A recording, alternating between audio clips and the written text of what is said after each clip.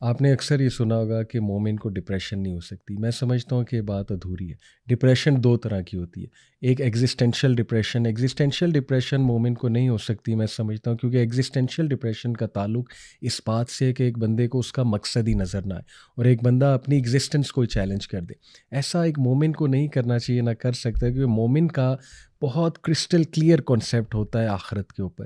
اس لیے as long as آپ کے کانسیپٹس کلیئر ہیں کہ دنیا کی زندگی ایک ٹیسٹ ہے، ایک ٹرائل ہے، یہاں مشکلات آئیں گی اور اللہ تعالیٰ میری مدد کرے گا اور اللہ تعالیٰ مجھے ہمت دے گا، اور آپ کے کانسیپٹس کلیئر ہیں کہ آخرت میں بہت جزا ہوگی، بہت ریوارڈ ہوگا، تو ایگزسٹینشیل ڈپریشن تو نہیں ہونی چاہیے. لیکن ایک دوسری ڈپریشن ہے کلینکل ڈپریشن، جو کیمیکلز کا امبیلنس ہوتا ہے.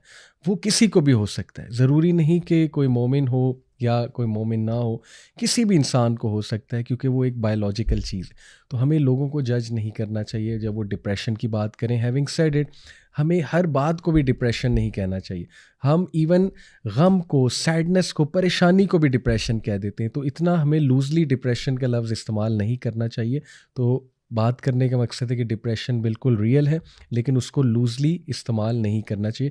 ڈپریشن کے کچھ سمٹمز ہیں کہ ایک انسان اس کو نیند ہی نہ آئے، ایک انسان جو اس سے کھانا نہ کھایا جائے، ایک انسان جو ڈیلی لائف فنکشنز ہیں وہ اس سے صحیح سے نہیں کیے جا رہے ہیں اور وہ ان میں ڈس فنکشنل ہو چکا ہے. تو اس لیے میں آپ کو کہہ رہا ہوں کہ ایک ایکسٹریم چیز ہے. لیکن اگر کسی کو ہے تو اس کے سلوشنز بالکل موجود ہیں. وہ سلوشنز چند ایک میں انشاءاللہ آپ کے سامنے رکھتا ہوں. سب سے پہلے سمجھ لیجئے کہ ڈپریشن 3 وجوہات سے ہوتی ہے. یا ڈپریشن ریلیشن شپس کی وجہ سے ہوتی ہے، اپنے کوئی دکھ دیتے ہیں یا اپنوں کی طرف سے کوئی تکلیف ہوتی ہے، یا ٹاکسک ریلیشنز ہوتے ہیں، انسان ڈپریشن میں چلا جاتا ہے. اور ڈپریشن کا بہت گہرا تعلق کمپلیٹ ہوپ لیسنس اور نا امیدی سے، جب بندہ کمپلیٹلی ہوپ لیس ہو جاتا ہے. Number 2، financial reasons.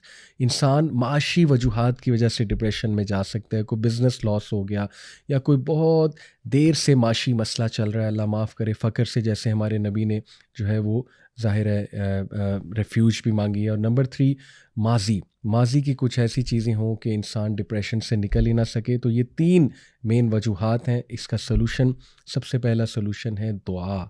بہت پاورفل دعاز ہیں. اللہ کے نبی صلی اللہ علیہ وسلم نے ڈپریشن کی باقاعدہ دعا سکھائی ہے. اس کو سرچ کریں، ڈپریشن کی دعا کو ایزیلی مل جائے گی آپ کو آن لائن. انگزائٹی کی دعا ہے. اللہ کے نبی صلی اللہ علیہ وسلم نے اتنی دعاز، اتنے اذکار بتائے ہیں، بہت پاورفل ہے. تو دعا کریں، اسپیشلی جو نبی صلی اللہ علیہ وسلم نے سکھائی ہے ڈپریشن کے حوالے سے. Number 2، counselling. اگر آپ واقعی سمجھتے ہیں کہ آپ کی بس ہو چکی ہے اور آپ ہوپ لیسنس کی طرف جا رہے ہیں، تو کسی سے ضرور کاؤنسلنگ کرائیں. کوئی حرج نہیں ہے کسی کی کاؤنسلنگ لینے میں، لیکن ایک سنسیئر انسان کی اور ایکسپرٹ جو آپ کے پرابلم کو انشاءاللہ سمجھے بھی اور آپ کو اچھی ایڈوائس دے. Number 3، meditation. سائنٹیفکلی پروون ہے جو لوگ میڈیٹیٹ کرتے ہیں ڈپریشن سے جلدی باہر آ جاتے ہیں. اور کیا خوبصورت میڈیٹیشن ہمارے دین نے دی ہے، نماز کے ذریعے اور اذکار کے ذریعے اور تہجد. سبحان اللہ، اللہ کے ساتھ وقت گزاریں تنہائی میں، آپ دیکھیں گے. اور نمبر 4، نیچر میں ٹائم گزاریں، نیچر میں جائیں، واک کریں، feel the grass, feel the air, fresh air, exercise, meditation, nature میں میڈیٹیشن کرنا. تو یہ چند ایک سلوشنز موٹے موٹے ڈپریشن کے. اور لاسٹلی سورہ ضحیٰ پہ ضرور غور کریں. سورہ ضحیٰ میں ڈپریشن کا کیور ہے، اس کے ترجمے پہ بہت غور کریں. جیسے اللہ سبحانہ وتعالیٰ نے کہا ما ودعک ربک وما قلی، کہ تیرے رب نے تجھے فورسیک نہیں کیا. اس لیے یاد رکھیں اللہ تعالیٰ لوز یو اینڈ اللہ wants you to take care of you. اپنی مینٹل ہیلتھ کا بہت خیال رکھیں. جزاکم اللہ خیر.